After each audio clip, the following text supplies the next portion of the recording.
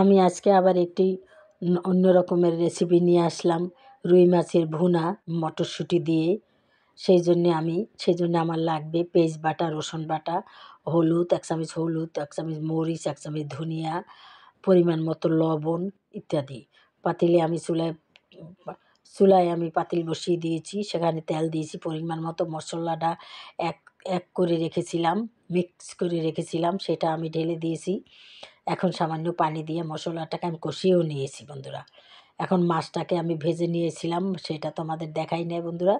এখন আমি মাছটাকে সেই মশলার ভিতরে অ্যাড করে দিলাম। এখন আমি সুন্দরভাবে এই মশলার ভিতরে কিছুক্ষণ আমি মাছটাকে কষিয়ে নেব। তারপর আমি পরিমাণ মতো পানি দেব বন্ধুরা। তাহলে তোমরা দেখতে থাকো মটরশুঁটি দিয়া আমার রুই মাছ ভুনা। এখন আমি পরিমাণ মতো পানি দিয়ে দেব। তারপর আবার সুন্দর করে নাড়াচাড়া দিয়ে দেব।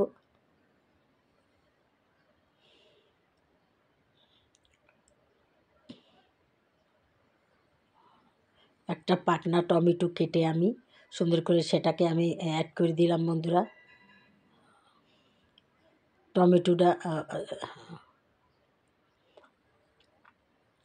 এখন বন্ধুরা আমি মটরশুঁটিটাকে দিয়ে দেবো।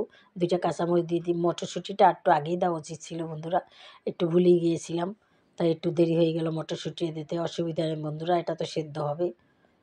যাই হোক বন্ধুরা, তোমরা যে যেখান থেকে আমার এই ভিডিওটা দেখো না কেন বন্ধুরা, একটা লাইক দিয়ে দেখবে বন্ধুরা, প্লিজ একটা লাইক দিয়ে দেখবে আর সাবস্ক্রাইব করে দেবে আমার এই চ্যানেলটাকে।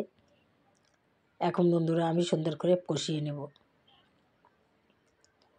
দেখো কত লোভনীয় হয়েছে আমার রুই মাছ ভুনা। যেমন লোভনীয় হয়েছে দেখতে, তেমন খেতেও ঠিক সেই রকমের দুর্দান্ত আশা করি আমি। বন্ধুরা তোমরাও এভাবে রান্না করে খাবে।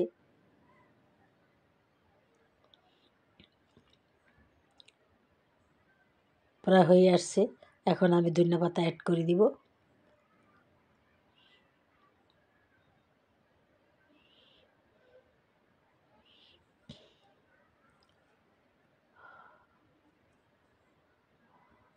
রুই মাছ যে কোনো জিনিস দিয়ে তোমরা রান্না করবা, খুবই সুস্বাদু হয়ে থাকে রুই মাছ।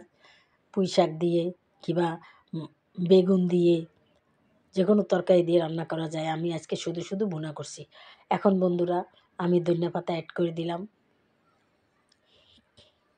আমি লবণটা টেস্ট করে দেখেছি, লবণও সুন্দর হয়েছে বন্ধুরা।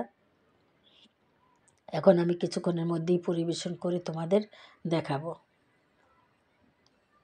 আমার অনেক ভুল ত্রুটি হইতে পারে বন্ধুরা, আমার ভুল ত্রুটি আমাকে কমেন্ট করে জানিয়ে যাবা, তাহলে আমি ভুল ত্রুটি ঠিক করে নেব বন্ধুরা। কারণ ভুল তো মানুষেরই হয় বন্ধুরা। আমি তো তোমাদের কাছে শিখি, অনেক কিছু শিখি।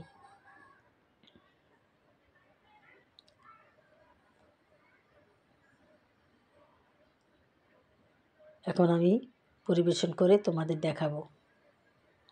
গরম গরম ভাত দিয়ে, এক টুকরা মাছ দিয়ে ভাত খেয়ে দেখবে কত সুস্বাদু, কত মজাদার হয়ে থাকে।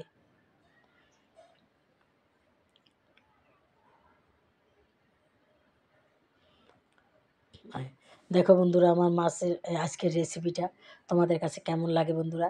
যদি ভালো লেগে থাকে তাহলে অবশ্যই আমাকে একটা লাইক দেবে, আর আমার চ্যানেলটাকে সাবস্ক্রাইব করে দেবে এবং শেয়ার করে দেবে।